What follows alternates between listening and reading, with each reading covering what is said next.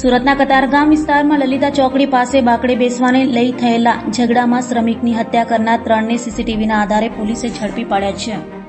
સુરતમાં નજીવી બાબતે પણ હત્યા સહિતની ઘટનાઓ બની રહી છે. ત્યારે સુરતના કતારગામ લલિતા ચોકડી પાસે બાકડા પર બેસવાને લઈ થયેલા સામાન્ય ઝઘડામાં શ્રમિકને ઢોર માર મારવામાં આવ્યો હતો.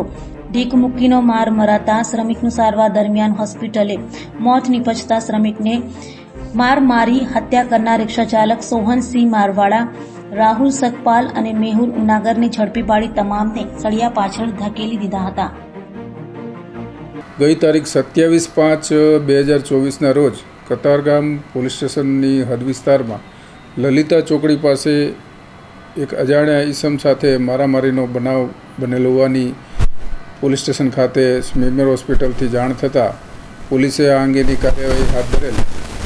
આ મારામારીમાં ઈજા પામનાર અજાણ્યો ઈસમ કે જે સ્મીમેર હોસ્પિટલમાં સારવાર દરમિયાન મરણ ગયેલ તેની પોલીસે ગણતરીના કલાકોમાં ઓળખ પ્રસ્થાપિત કરી તે શ્યામલાલ ઉર્ફે સમર્થ નાનુરામ ઠાકુર નામની વ્યક્તિ હોવાની ઓળખ પ્રસ્થાપિત કરેલ અને સાથે સાથે આ ગુનાના કામે સંડોવાયેલા 3 આરોપીઓ સોહનસિંહ માંગીલાલ સિસોદિયા, રાહુલ સંજય સકપાલ અને મેહુલ પ્રવીણ ઉનાગર નાઓને તાત્કાલિક ગુનાના કામે ધરપકડ કરી આગળની કાર્યવાહી હાથ ધરેલ છે.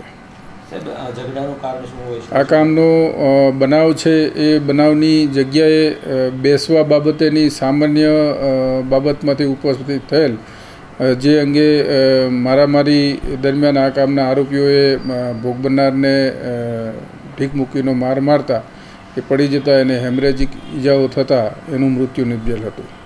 તેથી પોલીસે IPC કલમ 302 હેઠળ ગુનો રજીસ્ટર કરી આગળની કાર્યવાહી હાથ ધરેલ છે.